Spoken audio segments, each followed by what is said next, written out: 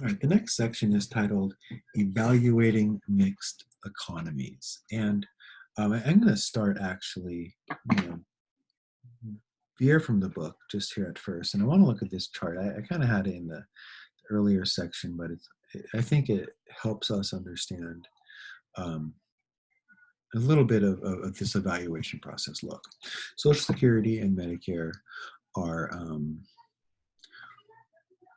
programs that provide old people with money, a retirement, and healthcare when you get past 65.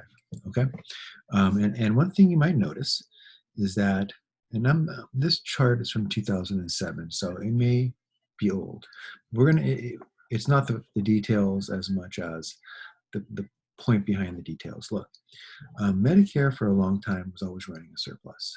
They take taxes out of my paycheck, out of your paycheck, out of everyone's paycheck, and they put it into an account. And when people get old enough, when they hit 65, they start getting in those monthly paychecks. And for a long time, they were in the positive. You can see that they estimated that in 2017, Social Security would start not running a surplus, actually having to borrow money from the general fund of the government to pay their bills. Now, I'm not sure if that's what has happened. Again, this was a chart that's 13 years old. But you can see here that Medicare itself, health insurance for older people, started having a deficit spending in 2007. And these are signs that, that something's wrong. In a true mixed market economy, the taxes that people pay should cover the bills. There should not be this kind of deficit spending. And you know, economists suggest this is really an easy thing to do. We currently have Social Security as a regressive tax. And what that means is that you only get taxed up to your first $100,000 you make. And then after that, they stop taxing you. So that means that a person who makes $100,000 a year and Jeff Bezos pay the same amount of money to Social Security. And it's suggested that if you took off that cap and if you said all people pay the same percentage on all money earned, that Social Security could last for the next 80 years.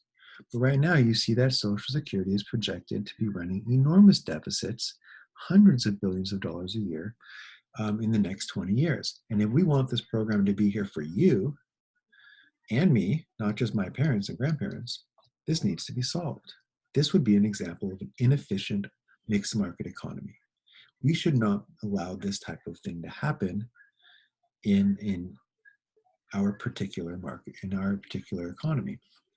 This is the purple you see here is Medicare, also projected to have deficit spending, massive deficits by the year 2040. How do you fix it? You raise the percentage. Medicare takes a teeny percentage of every dollar, like 1 or 2 pennies on every dollar you make goes to Medicare. If that were doubled to 4 or 5 pennies on every dollar you make, Medicare lasts for the next 100 years, meaning that when you guys get older, you will get free insurance as well. So this is a way to evaluate a market economy. Are these people meeting their bills? Because if they're not, then this economy is in trouble. Now, we're in a weird spot because of the coronavirus and the economic problems associated with it. We should not look at these last 2 years' numbers to evaluate our modern economy. These are an anomaly. These numbers should be back to a decent place come 2022. It's going to take 2 years of massive borrowing to get us through this crisis. And it is a one century, they say, crisis. Okay.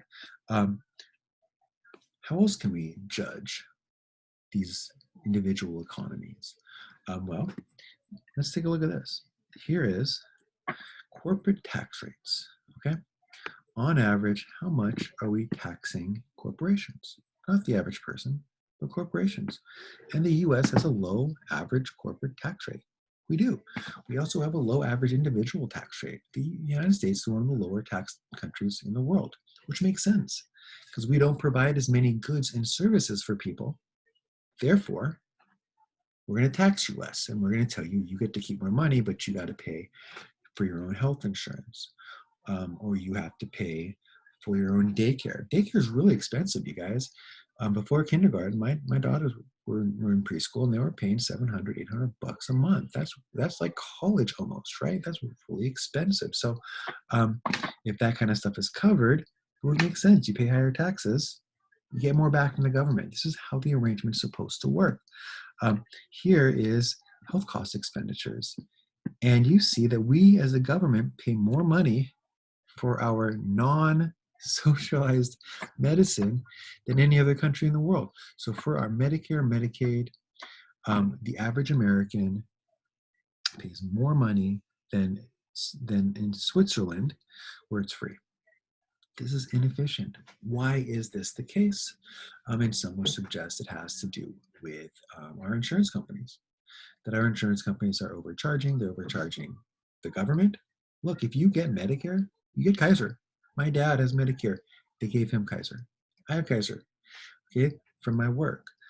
So these government programs are just basically taking our money and not providing health insurance, but giving our money to insurance companies, to health insurance companies, who then turn around and pay doctors who charge us. So this is suggested to be an inefficient system. You hear Bernie Sanders and others like him talking about should be free like Switzerland or like Norway or like these countries here who are paying less than we are, average per person, um, for our insurance.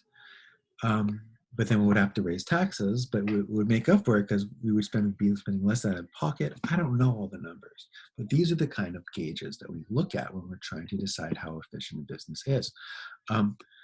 Now, the book itself is going to talk about how China was pulling in lower numbers when it was pure capitalist. And when Mao Zedong dies in 1967, their average GDP, the amount of money that their government, their country makes of everything bought, sold, and made in their country, will turn out to be higher percentage than when it was communist, suggesting that mixed market economies, or that the more mixed China went, the less pure communist that China went, the more money on average their government was making, the more efficient their government was.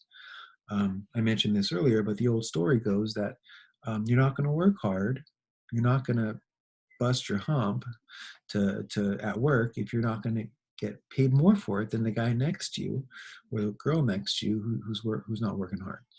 So there are benefits to capitalism, to market economies, and we saw in China that it proved the more capitalist, the higher percentage their GDP was going up. We've also seen similar things happening in North Korea, in Cuba, and certainly in the Soviet Union. Although the Soviet Union is really so weird. It's kind of been going backwards over the last decade or so under the leadership of Vladimir Putin. And then the book mentions that, yeah, look, the higher taxes you pay, the more you should get. This is the rule. If you're paying high taxes, you should be getting higher government services. And if you pay low taxes, you should be getting less government services. And some people would suggest that the United States tax rate is too high for us still not to be getting things like free healthcare, free community college, free preschool, which are all really expensive in our country. And when you get older, you're going to realize the costs of college and preschool really, really high. So this isn't a precise formula. Just giving you some numbers to look at. And as the future moves forward, you can look at those numbers and try to decide for yourself what you think is the best way for our country to go.